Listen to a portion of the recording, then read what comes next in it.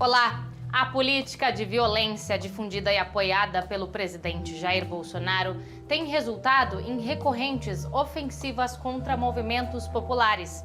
O Movimento Sem Terra enfrenta mais uma perseguição. Nossa reportagem fala sobre a permissão do Ministério da Justiça para o uso de tropas da Força Nacional contra assentamentos do sul da Bahia.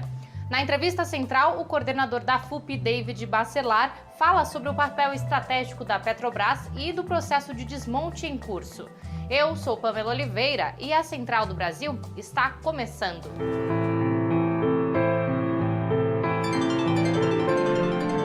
Central do Brasil.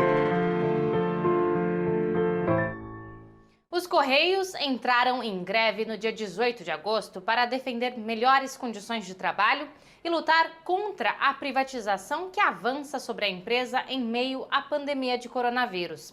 Elias Correia, do Sindicato dos Correios de São Paulo, fala sobre as ações dos grevistas durante a Semana de Luta pela Pátria. Embarque imediato. Nessa semana, tiramos várias ações, como doação de sangue, como doações de alimento à população de moradores de rua e assim várias outras situações que nós estamos fazendo. Mas o balanço que eu tiro aqui desta semana é que a categoria se manteve firme e forte, atendendo o chamado sindicato.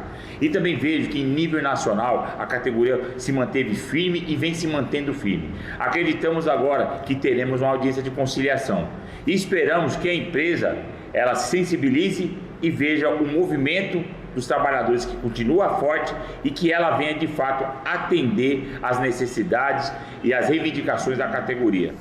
E vamos conhecer uma dica musical direto do Rio Grande do Sul. Se você gosta de ritmos brasileiros que se misturam com outras referências sul-americanas, fique atento à mensagem de Zé Martins.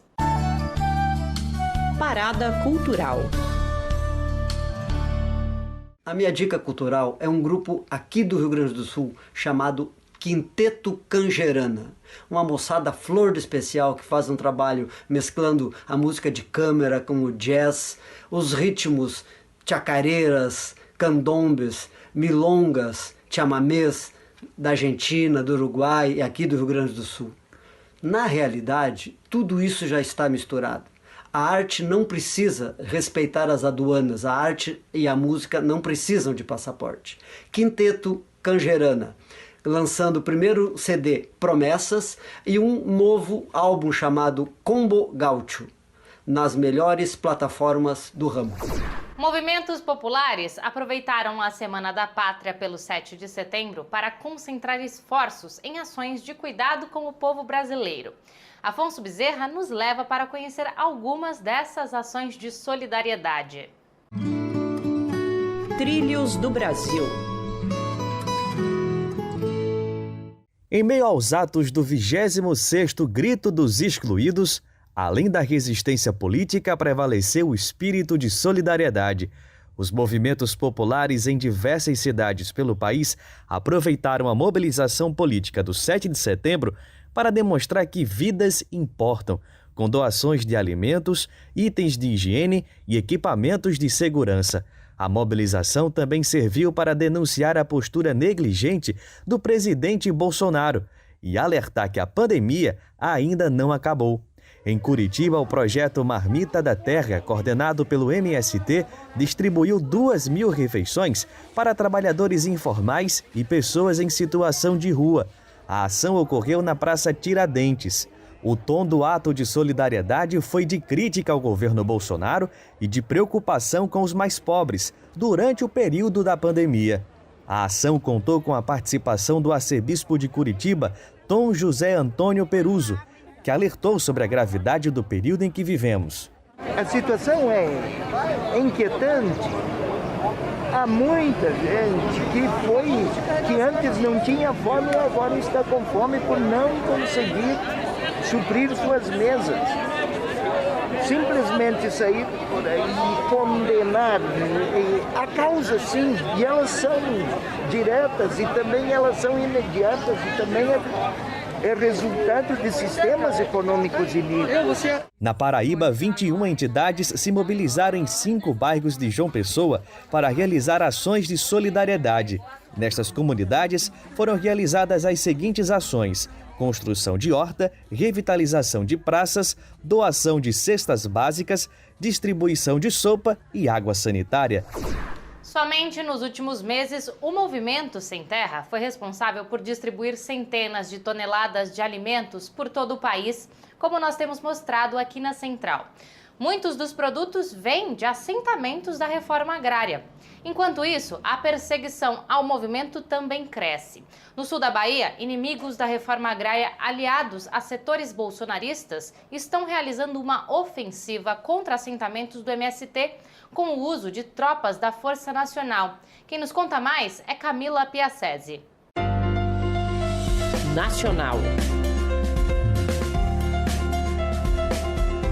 A rotina tranquila dos moradores dos acampamentos do extremo sul da Bahia está ameaçada desde o começo do mês de setembro por conta da presença da Força Nacional no local. A insegurança paira sobre famílias assentadas do Movimento dos Trabalhadores Sem Terra, na região de Prado e Mucuri. Essa é a opinião do dirigente estadual do MST da Bahia, Vitor Passos. Porque não é comum ter uma tropa preparadíssima em nossas áreas de acampamento e assentamento. Então há estranheza, há medo de tudo isso que está acontecendo. O assentamento sai fora da normalidade. Para pedir providências em relação ao envio da Força Nacional à região, o governo da Bahia mandou uma provocação ao Ministério Público Federal. As tropas foram enviadas pelo ministro André Mendonça após a publicação no Diário Oficial da União, no primeiro dia de setembro. A Constituição prevê que a Força Nacional deve atuar em algum estado somente com pedido do governador, no caso do Rui Costa, que é o da Bahia, mas ele não solicitou. Por isso, o deputado federal do Partido dos Trabalhadores da Bahia, Valmir Assunção, acredita que o motivo é outro. Mas o que está em jogo, acredito que é outra coisa. É a perseguição de Bolsonaro contra o MST, é a perseguição de Bolsonaro contra aqueles que ele chamou os vermelhinhos. Mas pode ter certeza, nós vamos continuar lutando. Paralelamente à iniciativa do governo da Bahia, o Ministério Público Federal também pediu informações oficiais ao Ministério da Agricultura, Pecuária e Abastecimento e ao Ministério da Justiça e Segurança Pública sobre as razões que levaram ao uso da Força Nacional. Os órgãos têm até 5 dias para responder. A Polícia Federal deve permanecer nos locais por 1 mês, quando a portaria perde a validade. O envio da tropa surgiu após 2 pessoas serem expulsas por suspeita de crimes do assentamento Jaci Rocha, por decisão em assembleia. De Michel Temer a Bolsonaro, a Petrobras passa por ataques que pretendem desmembrar e desmontar gradualmente a empresa. A intenção da política ultraliberal de Paulo Guedes é esfacelar a petroleira, tornando o Brasil dependente de outros países. Jonatas Campos conversou sobre o assunto com o coordenador-geral da Federação Única dos Petroleiros, David Bacelar. Entrevista Central. Hoje nossa entrevista central será com David Bacelar. Ele é coordenador-geral da FUP, a Federação Única dos Petroleiros. David, agradecemos sua participação. A produção de petróleo do pré-sal atingiu a incrível marca de 70% de todo o óleo produzido no país. E a gente sabe que a exploração do pré-sal e a conquista desse território é um mérito do corpo de servidores da Petrobras. Eu lhe pergunto, tem algum sentido entregar esses campos de pré-sal para empresas de outros países?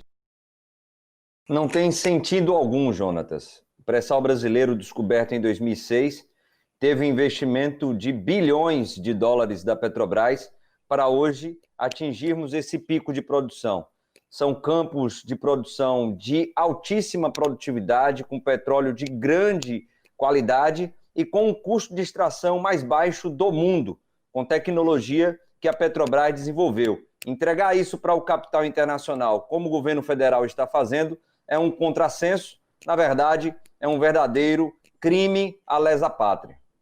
David, e a Petrobras anunciou sua saída do estado do Rio Grande do Norte e tem anunciado fechamento de fábrica, redução de produção em refinarias, principalmente no Nordeste. Eu lhe pergunto por que a estatal de petróleo brasileira está reduzindo sua produção nessa região.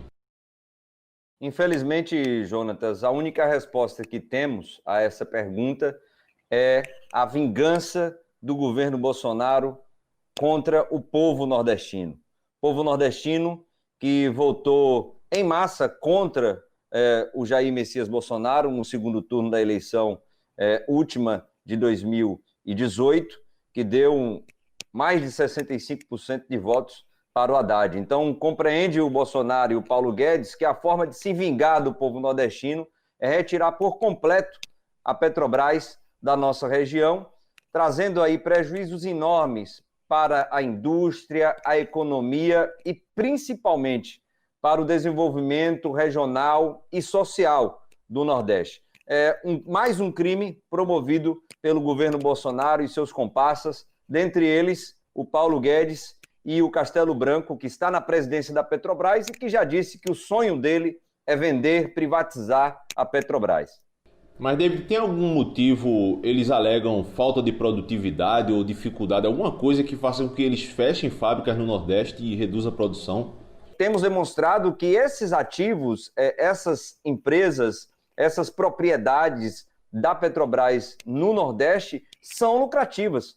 Tanto são lucrativas, Jonatas, que outras empresas, inclusive estatais de outros países e empresas privadas, sejam nacionais ou internacionais, têm interesses nesses ativos que a Petrobras está vendendo no Nordeste. E como você bem disse, no Nordeste estão vendendo tudo: refinarias, plantas de biocombustíveis, usinas eólicas no Rio Grande do Norte, campos terrestres, campos marítimos, fábrica de fertilizantes e nitrogenados, a distribuição que já foi vendida, a grande malha de gás do Nordeste que já foi vendida. Querem retirar a Petrobras do Nordeste por conta de uma vingança do governo Bolsonaro, do presidente Bolsonaro, contra o nosso povo nordestino. Ô David, você como um especialista em petróleo, poderia explicar para a população, vender a Petrobras vai reduzir ou aumentar preço de combustível? Essa é uma boa pergunta, ela sempre aparece, Jonatas, e a resposta não é somente da FUP, da Federação Única dos Petroleiros e Petroleiras. Essa resposta é também da PUC, do Rio de Janeiro, e é também da ANP.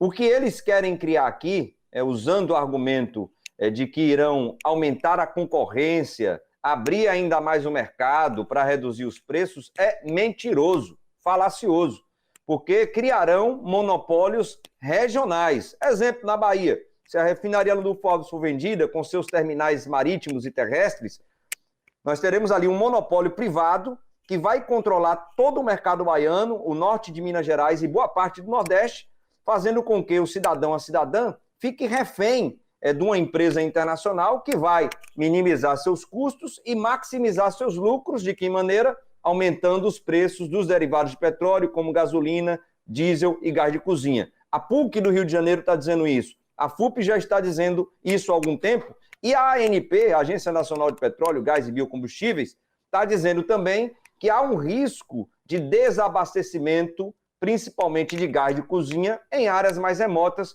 porque, óbvio, esses investidores não terão um compromisso de abastecer o mercado brasileiro, principalmente nas regiões mais remotas do nosso país. E David, uma última pergunta. Diante de todo esse alerta que a FUP está fazendo, como o movimento popular e a população em geral deve reagir à privatização da Petrobras? Nós precisamos de uma grande mobilização da sociedade brasileira.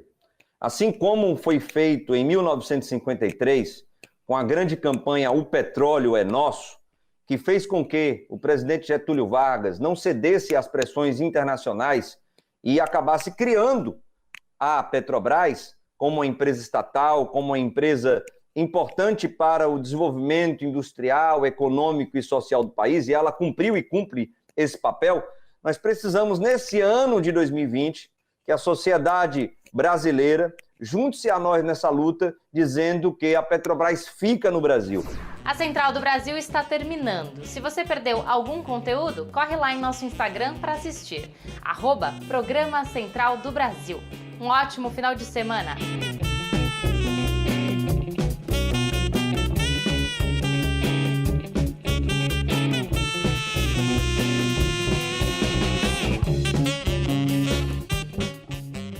Central do Brasil, a rede de comunicação dos movimentos populares.